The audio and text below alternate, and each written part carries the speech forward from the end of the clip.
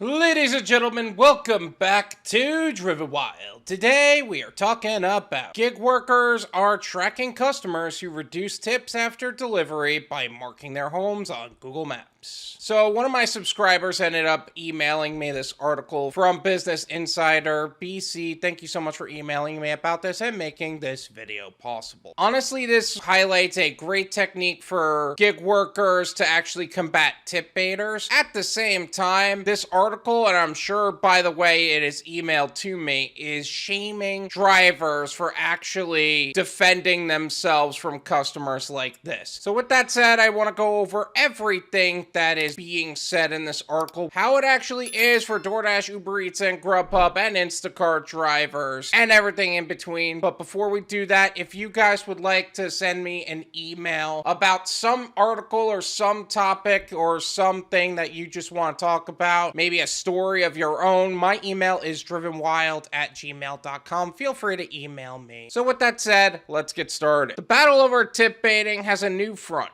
Google Maps.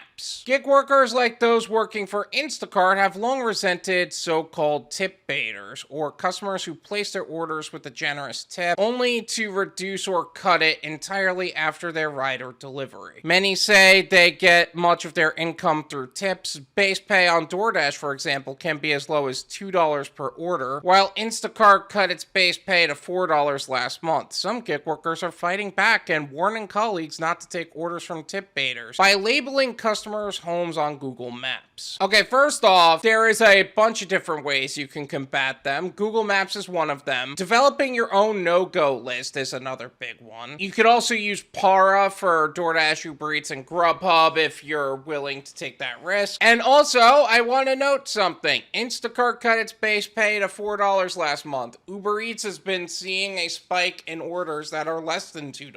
Grubhub cut their base pay to as low as $2. Doordash has gotten $2 orders, $2.50 orders, $2.25 orders, and so on. And a lot of them don't even really account for the amount of miles driven. Across the US, it was not hard to find houses marked tip baiter on Google Maps, but several points labeled tip baiter disappeared from Google Maps after Insider reached out to Google for comment on this story. Insider also spoke with two Instacart shoppers about the practice. They asked not to be identified, citing fear of retaliation by Instacart. Okay, first off, Google Maps. I'm surprised that they're condoning this type of behavior, but I guess that also attacks privacy as well, because in the event that a customer doesn't want to be identified as a tip baiter, and there have been stories about people going back to no-tip customers and confronting them about that. One Instacart shopper in Minnesota told Insider she keeps her own private map of tip baiting addresses. If she finds out another shopper had the same problem at one of them, she'll add a publicly visible landmark to Google Maps. Now, here's a question. Should you publicly announce somebody as a tip baiter? If I ever get tip baited, I don't want to name names. I don't want to give somebody's private information, but I also don't want to work with them. So I will keep a notebook of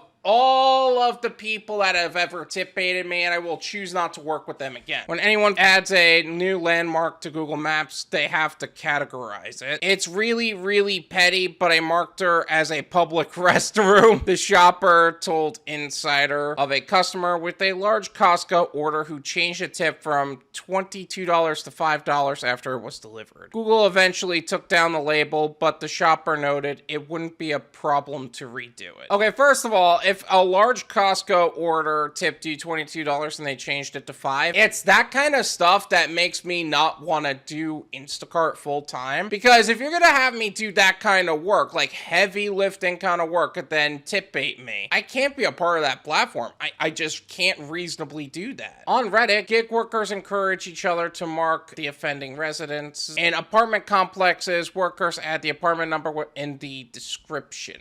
I guess it's also a risky you take in the event that you do tip bait somebody. I'm not condoning the action, but I think tip baiters should be aware that in the event that you choose to tip bait, you will be publicly shamed for it. The practice isn't limited to Instacart shoppers. Workers for Walmart's Sparks delivery service are also among gig workers marking alleged tip baiters. Walmart did not immediately respond to Insider's request to comment. You mean Walmart condoning bad behavior in their own business is not something they want to comment on? Shock. Instacart told Insider its policies prohibit shoppers from sharing confidential information such as customers' addresses beyond the app. It also doesn't allow conduct that may be harassing or discriminatory in nature. It's not hard to take a screenshot. It's not hard to cover your track, so it's not like it would be that difficult to actually make sure this happens, but either way, it shouldn't be something that takes place. And honestly, I'm surprised that Instacart is publicly condoning the behavior of tip baiters. Like, they want to change their policies and their base pay to be more tip dependent, but then actually condone this kind of behavior. What is that? Customers have 2 hours after their order is delivered to decrease their tips. If a customer reduces or zeroes out their tip, Instacart also pays shoppers up to $10 towards replacing it, the company said. And yet there are so many people stating that they don't actually get that kind of treatment. Not to mention, if there actually is a problem, then why even bother with this type of order? Like, why shouldn't we take orders that are smaller in nature and then have that $10 protection no matter what? Our policies clearly state that business listings must represent real public businesses that people can interact with, a Google spokesperson told Insider. As a result, we're in the process of removing these types of listings. Go back to analog is basically what Google is saying, and I don't blame them. Actually speaking, if you mark a place on Google Maps as a tip baiter, then that's messing with privacy laws, and there's an overall risk in all of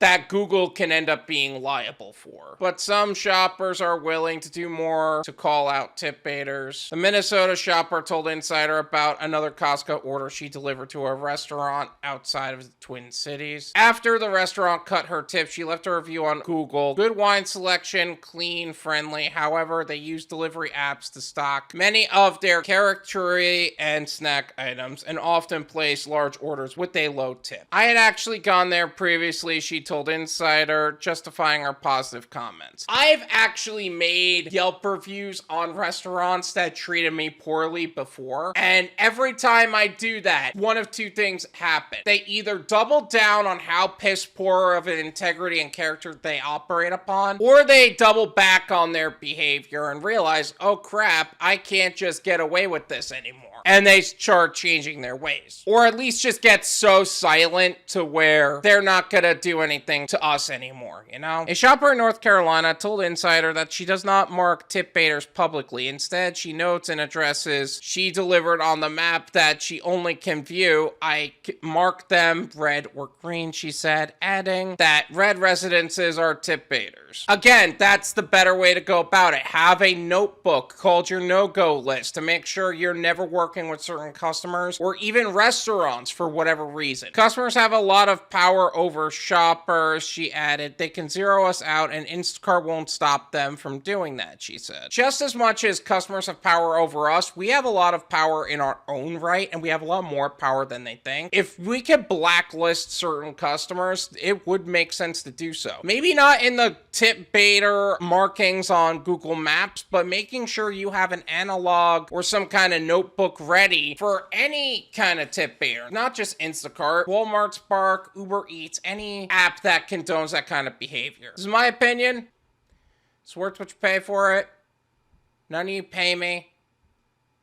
There you go. I think there is a certain amount of public shaming that is happening here for gig workers going against customers that shouldn't have happened, but I understand why? Like, why should somebody fall into the midst of a tip baiter? Like, why shouldn't you want to protect other gig workers on any platform, really? Like, there really should be a app or something for gig workers to say, hey, this address that you're going to, this may not be the best idea for you to actually do that. And actually develop a no-go list towards going to customers like that. Or even an FU price if you're okay with certain customers or certain restaurants, but they still treat you poorly. In my area, I have a few restaurants that I just won't go to, but I have a few more restaurants that I'll tolerate to a certain degree, but I have an FU price for. An FU price is like, this is how much I will normally take from a certain order, but if I'm going to this restaurant dealing with this customer, it better be a higher paying order. And those are the things you gotta think about. Do you want to just outright ban the restaurant, or do you want to set a higher standard for that restaurant? And I know some people are concerned about their acceptance ratings on certain platforms, and they want to maintain a certain status, whatever that looks like for them. I know on Instacart, a lot of people actually want to maintain the diamond carts because they give you an actual bigger priority on certain orders, and I get that. Doordash, they have a top dasher and they have the high paying order program, and whether it's valid or not, those people want to maintain those statuses or status I or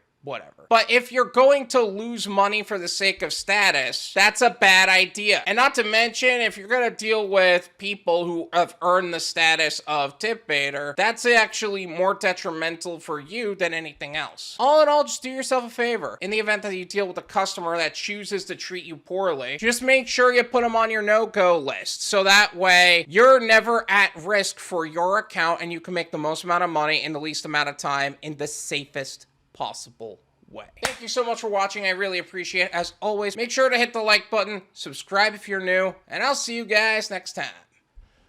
Peace!